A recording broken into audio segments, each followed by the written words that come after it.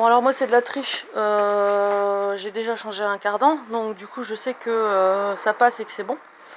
Mais c'est vrai qu'avant de changer le cardan, assurez-vous que c'est ok, au moins en présentant la pièce usagée à côté de la nouvelle, pour vous rassurer avant de mettre la nouvelle.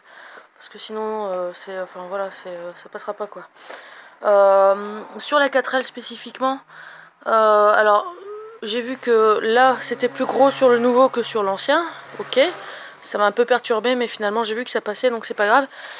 Par contre, là où c'est vraiment très important, c'est que cette partie-là, la côté roue, soit pas plus grosse que la version d'origine. Sinon, ça touche. Première chose à faire, puisque les cardans sont directement liés à la boîte de vitesse, c'est de retirer donc le cage de protection qui est ici normalement. Qu'on peut peut-être deviner sur la vidéo tout là-bas, donc j'ai déjà retiré. Ensuite de faire la vidange de boîte de vitesse. Alors avant de faire la vidange, assurez-vous que le bouchon de remplissage se dévisse bien, ce qui est mon cas, alléluia. Sinon, surtout ne la vidangez pas, vraiment trouver une solution pour que le bouchon de remplissage soit dévissable. Ensuite, il faudra donc lever la voiture du côté qui va bien pour retirer la roue. Donc si vous utilisez un cric comme ça de ce genre là, assurez-vous d'être sur les bons points d'ancrage. Et surtout de mettre une planche en bois ou un truc un peu plus mou, parce que métal contre métal c'est vraiment pas l'idéal. Et ensuite surtout avant de faire les travaux, de mettre la voiture sur chandelle. Ça c'est bien pour sécuriser, c'est bien pour lever la voiture, mais faut pas bosser avec ce truc là comme seul point d'accroche, on va dire ça comme ça. Avant de lever la roue, donc avec le système que vous aurez dû ou non improviser, pensez à dévisser la roue, hein. C'est un peu comme quand on a crevé un pneu, on dévisse d'abord roue au sol, sinon après on couine parce que la roue elle tourne sur elle-même. Alors donc du coup j'ai monté comme j'ai pu la voiture, on voit que la roue tourne. Maintenant il faut la mettre sur chandelle. Alors le seul endroit que j'ai trouvé qui était cool avec la chandelle que j'ai mis un petit caoutchouc là, j'ai improvisé un petit caoutchouc pour éviter d'abîmer et surtout d'éviter d'avoir ce fameux truc métal contre métal pour pas que ça glisse. Et donc du coup, hop, on va glisser cette chose. Ah, ça y est, ma pompe a déjà descendu, donc il faut que je réamorce encore. Et je réamorce, hop. Voilà, et donc je vais la caler ici, sur la barre de renfort. C'est pas si mal que ça. Hein. Pardon, on voit rien. Voilà, sur la barre de toute façon, on voit rien quand même. Là. Il faut retirer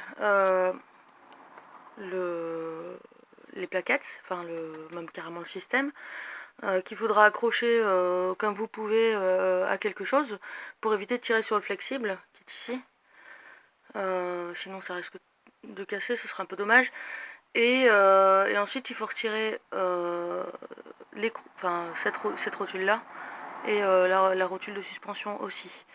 Moi personnellement j'ai jamais eu la force ni les bras ni la patience de faire ça avec juste ces deux là, enfin juste en retirant ces deux là, donc j'ai juste carrément viré tout le système, tout le bloc, en retirant la rotule de direction inférieure qui est bah ici quoi, hein. Voilà, c'est le truc qui est en parallèle. Si vous y arrivez tant mieux pour vous. La première chose à faire c'est de retirer les coups de fusée en tout premier. Surtout si vous avez quelqu'un pour appuyer sur la pédale de frein pour vous, parce que sinon vous serez bloqué. Donc lui là, mon ennemi juré, faut le retirer d'abord. On a une victime qui freine, ou un ami, ou ce qu'on veut, hein, ce qu'on trouve. Hop, ensuite, en général, cet ami vient avec un balai. Normal. Et oh saloperie. Mais non, regarde, hop. Donc il faut rallonger le truc. Et ensuite, hop, on arrive à dévisser. Je triche, hein, j'ai forcé avant. J'ai expliqué un peu comment moi j'ai fait pour retirer cette partie-là. C'est probablement pas très conventionnel. En théorie, quand on regarde les tutos, il suffit de repousser le piston, je sais pas quoi. Enfin, le piston, il n'y a que ça de pas en fait. Donc la seule solution que j'ai trouvée, moi, c'est de retirer les petites languettes qui sont ici. Enfin les petites, je sais pas comment ça s'appelle, les petits clips quoi. Il y en a un ici, il y en a un de l'autre côté et il y en a un là. Si c'est pareil, il y en a un là. Et normalement il n'y en a pas un de l'autre côté, il y en a juste trois en fait. Un, deux, trois. Après on va retirer les petits clips avec un marteau et un petit outil pas trop agressif. Je fais coulisser les pièces qui sont là. Qui coulissent une fois qu'on a retiré les petits clips. Hein, je parle pas des gros. Les petits clips qui coulissent. Et donc du coup ça libère le bloc. Et du coup après on peut repousser le piston. Enfin en tout cas moi c'est comme ça que j'ai fait. C'est comme ça que je vais refaire parce que j'ai réussi à le remonter et que ma voiture freine encore.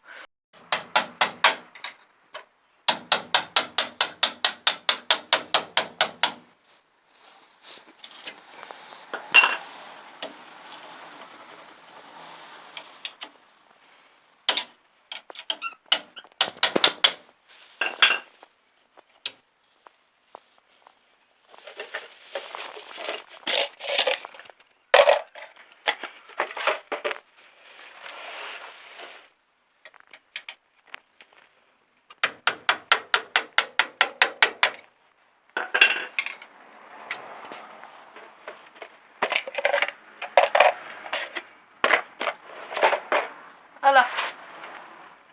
Et là...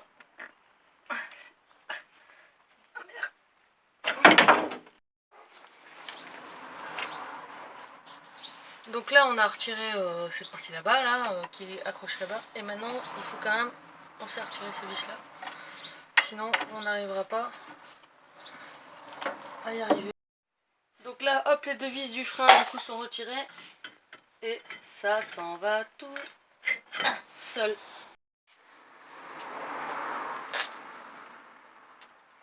Donc il va rester, maintenant que les freins sont retirés, la rotule de direction à retirer. La rotule de suspension supérieure, on va croiser les doigts pour qu'on y arrive, mais normalement, en théorie, puisque je me connais, je vais devoir retirer celle du dessous. Tu regardes là en dessous. Ah. En fait là c'est un coup classique de la tête de vis qui tourne avec l'écrou. Vous voyez, hop, quand je tourne, je sais pas si on voit quelque chose. Hein. Si, si. Donc si je tourne l'écrou, la tête de vis tourne. Donc du coup, là, il faut trouver une astuce pour compresser l'ensemble. Deuxième tentative, est-ce que ça tourne encore? J'arrive pas à voir non plus. Non, on dirait que c'est bon. Donc voilà, il s'agit de compresser la rotule. Hein. Ça veut dire que finalement c'est une bonne nouvelle, ça veut dire qu'il n'y a pas besoin d'un arrache-rotule quand c'est comme ça quoi. J'en ai un, je m'en fous, mais si jamais vous en êtes rendu là, avec un coup de marteau, hop, ça va partir tout seul.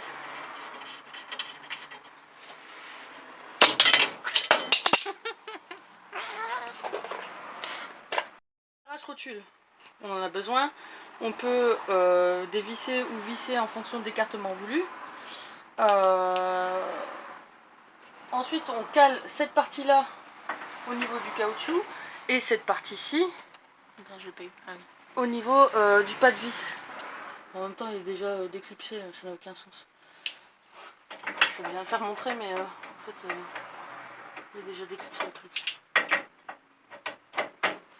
Voilà, bon, quand c'est pas déclipsé, il suffit de tourner la vis avec une clé évidemment, pas à la main, mais là, en fait, ça s'est déclipsé tout seul. Et ça fait ponk, et puis voilà.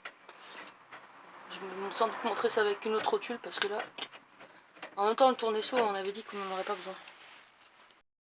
Alors là, je suis en train de dévisser la rotule de suspension supérieure.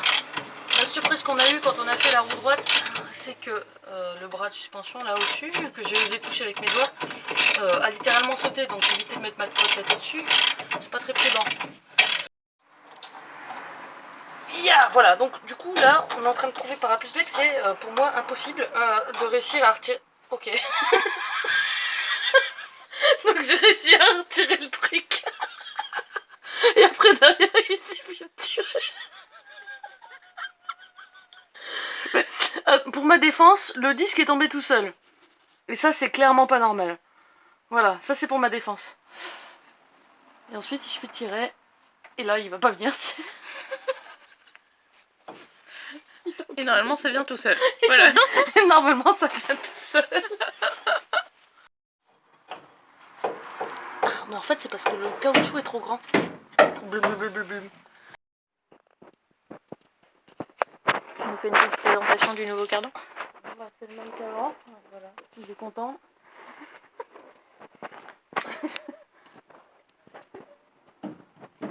Et il s'agit de le foutre dans le trou maintenant. Hein. Putain de sa mère. Pardon. Non. C'est facile ça. Ça c'est facile. Ah ouais. Ouais, si. C'est facile normalement. Faut juste pas s'énerver trop vite. D'ailleurs, tu peux te repérer sur la Putain, vidéo. Ouais, c'est ce que je suis en train de faire en fait, je regarde l'écran.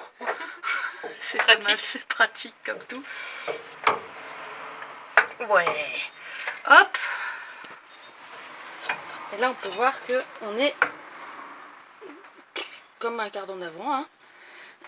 Sauf que, ah voilà. Donc on retire ça. Faut toujours, ça c'est l'écrou de fusée du coup, il faut toujours le changer. C'est tout neuf, contrairement à ma main. Et c'est bien de changer, hop, sur la boîte de Nesquik. Et du coup c'est rentré vu que j'ai pas le problème de disque, mais ça m'inquiète par contre, hein, pour le coup. Ça c'est vraiment chelou. Donc, je vais remettre ça comme ça, mais je vais me renseigner sur quel point c'est inquiétant. Parce que normalement c'est pas aussi simple que ça. Normalement il y a le disque qui est là et vraiment on se prend la tête quoi. Et là bah du coup il n'y a plus qu'à remettre les écrous de fusée, l'écrou de suspension, de direction et les couples de serrage. De mémoire c'est 30-40 Nm, 40-50 et si jamais vous avez retiré celui d'en dessous c'est 40-50 aussi dans ces eaux là. Voilà, bah il n'y a plus qu'à monter maintenant.